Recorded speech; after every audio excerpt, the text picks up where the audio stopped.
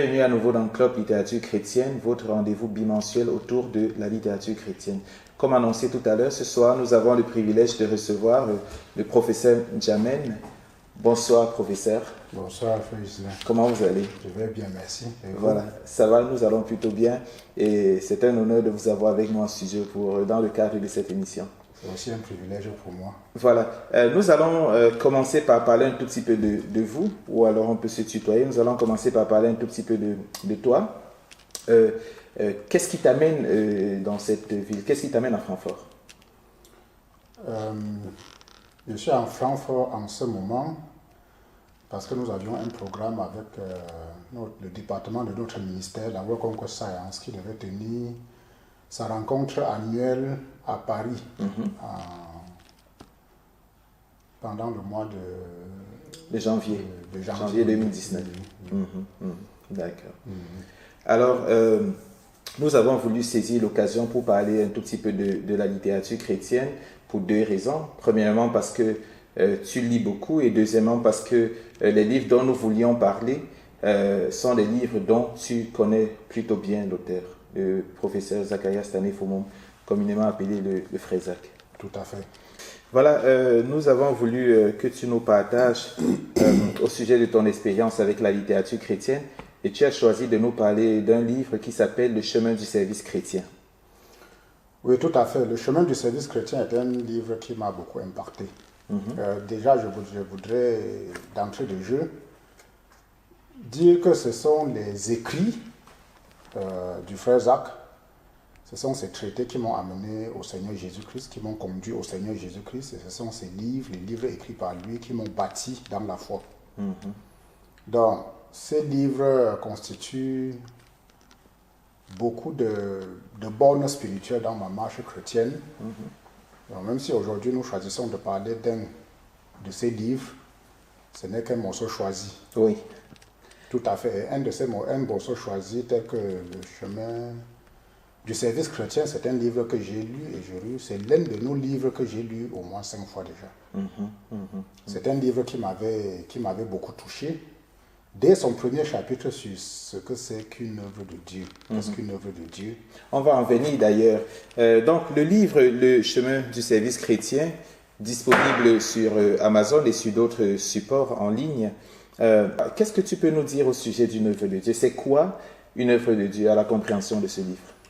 Oui, justement, après, je voudrais rendre grâce au Seigneur pour le frère Zach qui a écrit ce livre. Après ma conversion, j'étais très zélé. J'avais une flamme dans mon cœur de connaître davantage le Seigneur Jésus-Christ et surtout de le servir.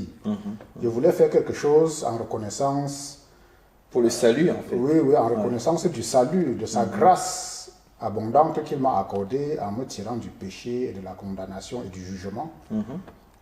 Et c'est pas la grâce du Seigneur. Le Seigneur a conduit ma lecture. Je peux dire que le Seigneur a conduit ma lecture de la littérature chrétienne jusqu'à ce jour.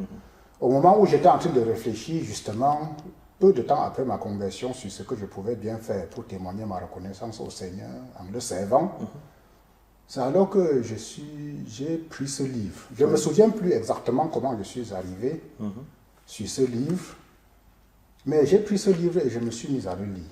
Oui. Peut-être parce qu'il y avait un engouement dans mon cœur de servir Dieu. Et dès que j'ai vu le livre, Le chemin du service chrétien, ça m'a attiré. Oui. Mais dès le premier chapitre de ce livre, j'étais totalement bouleversé. Oui, c'est un démarrage en trombe, on va dire. Ouais. La définition de ce que c'est qu'une œuvre de Dieu, ou alors une œuvre de Dieu, le frère Zach dit dans les toutes premières pages de ce livre que le succès d'une œuvre n'est pas la garantie que c'est une œuvre de Dieu. Le nom que les êtres humains donnent à une œuvre ne fait pas d'elle une œuvre de Dieu. Ne fait pas d'elle une œuvre de Dieu. Une question brève. Alors, nous savons que c'est la volonté de Dieu que plusieurs personnes soient sauvées, que plusieurs connaissent le salut. Ai-je bien compris? On peut avoir un ministère, un serviteur de Dieu qui conduit massivement des gens au Seigneur Jésus-Christ, des personnes qui se convertissent qui trouvent la voie du salut massivement, mais cela ne signifie pas que c'est une œuvre qui est une œuvre de Dieu, que ce ministère est une œuvre de Dieu. Tout à fait. Le succès d'une œuvre, ce n'est pas la garantie que c'est une œuvre de Dieu. Parce que justement, dans ce livre, dans le tout premier chapitre, le frère Jacques donne les caractéristiques d'une œuvre de Dieu. Une œuvre de Dieu commence d'abord dans le cœur de Dieu. Une œuvre de Dieu entre dans les desseins globaux de Dieu. L'œuvre de Dieu commence dans le cœur de Dieu et c'est lui qui choisit son ouvrier, à qui il révèle son œuvre, qui entre dans ses desseins. Donc même la sincérité d'une personne qui entreprend une œuvre n'est pas une garantie que c'est l'œuvre de Dieu. Oui. La personne ou les personnes peuvent être vraiment sincères et même leur œuvre peut être dénuée de tout motif égoïste. Ils peuvent vraiment être désintéressés sans que cela soit une œuvre de Dieu. Voilà, vraiment, dans ce premier chapitre, j'avais compris des choses très profondes. Le zèle, l'envie de faire quelque chose pour Dieu peut conduire quelqu'un à commencer quelque chose, même si c'est de façon désintéressée. Mais en définitive, cette œuvre peut ne pas être une œuvre de Dieu. On peut même donner un nom chrétien ou un nom biblique à cette œuvre. Quelqu'un peut même mettre le nom du Seigneur Jésus-Christ sur son œuvre. Oui. Œuvre du Saint-Esprit, ou œuvre de Jésus-Christ, oui. Ou œuvre de Dieu le Père, sans que ce soit une œuvre qui vienne de Dieu. Oui. C'est vraiment très intéressant et très pertinent. Et en ce moment, j'invite vraiment chaque lecteur à aller lire le livre qui est très intéressant. L'auteur dit effectivement au premier chapitre qu'une œuvre de Dieu trouve son origine en Dieu. Ça veut dire même si je m'engage quelque part, je fais un travail et que Dieu semble approuver dans un sens où on voit des marques de sa bonne main, ce n'est pas une garantie. Il faut vraiment prendre le temps de retourner à la source et de poser la question à Dieu. Et même, ce n'est pas la quantité de sacrifices consentis pour une œuvre qui fait de cette œuvre l'œuvre de Dieu. Oui. Beaucoup de personnes peuvent partir et beaucoup souffrir, supposer être au nom du Seigneur, alors que le Seigneur ne les a jamais envoyés. Oui.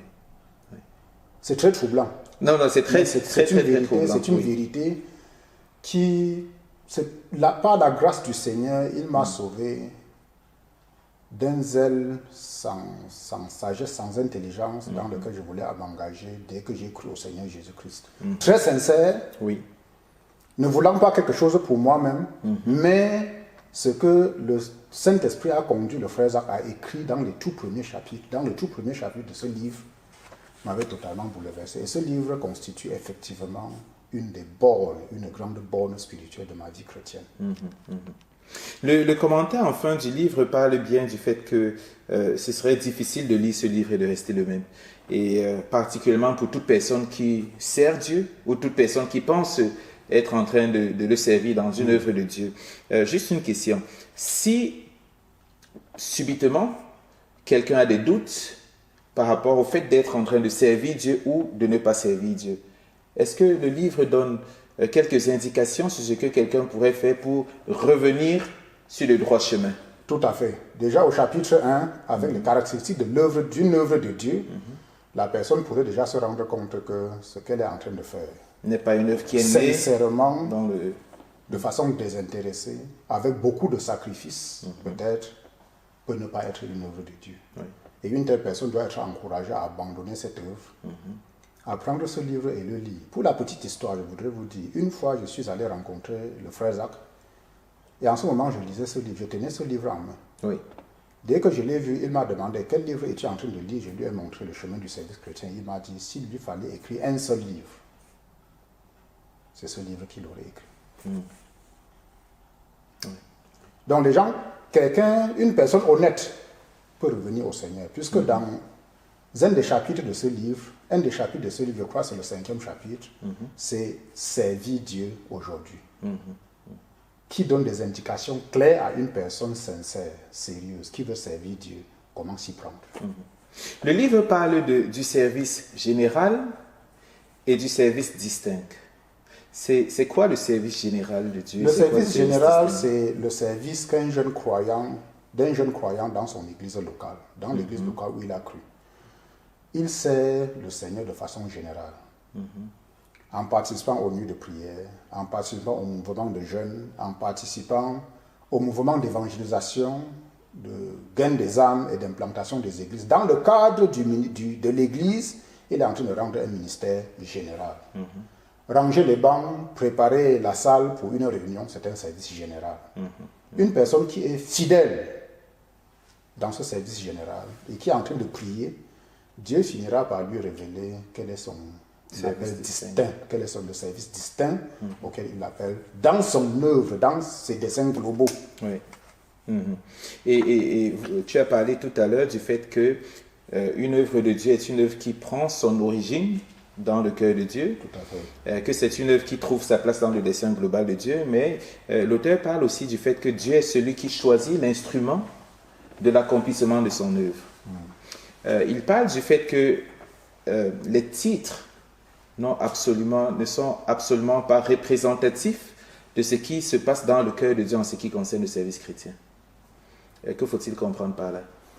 D'abord, les titres qu'on donne à une œuvre. Comme j'ai dit tantôt, quelqu'un peut commencer une œuvre de façon très sincère, peut être en train de se sacrifier beaucoup et de consentir beaucoup de sacrifices et donner un nom à l'œuvre qu'il a commencée ou qu'elle a commencée.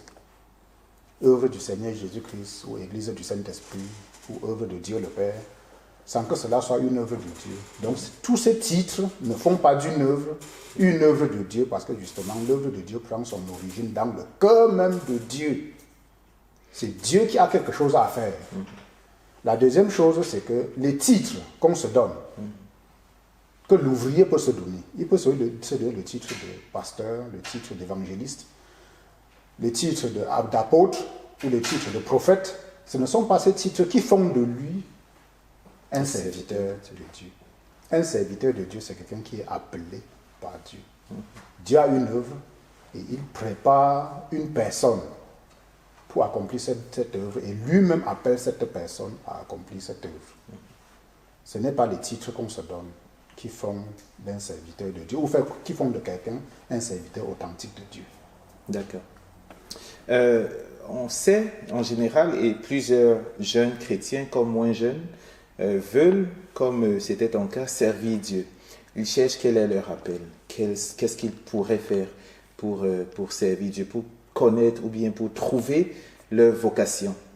Est-ce que à la lecture du livre, on peut avoir un certain nombre de pas à suivre pour trouver comme ça sa vocation? Oui, dans le chapitre, il y a 2 chapitres dans ce livre. Le chapitre 2, une œuvre distincte. Oui. Et puis vers le chapitre 5, servir Dieu aujourd'hui. Le chapitre 6. Le chapitre 6, servir Dieu aujourd'hui, autant pour moi. Une personne qui lit honnêtement ce livre avec un cœur ouvert sera enseignée par le Saint-Esprit. Et la personne ne restera pas oisive ni stérile pour ce qui est de servir Dieu. D'accord. Merci.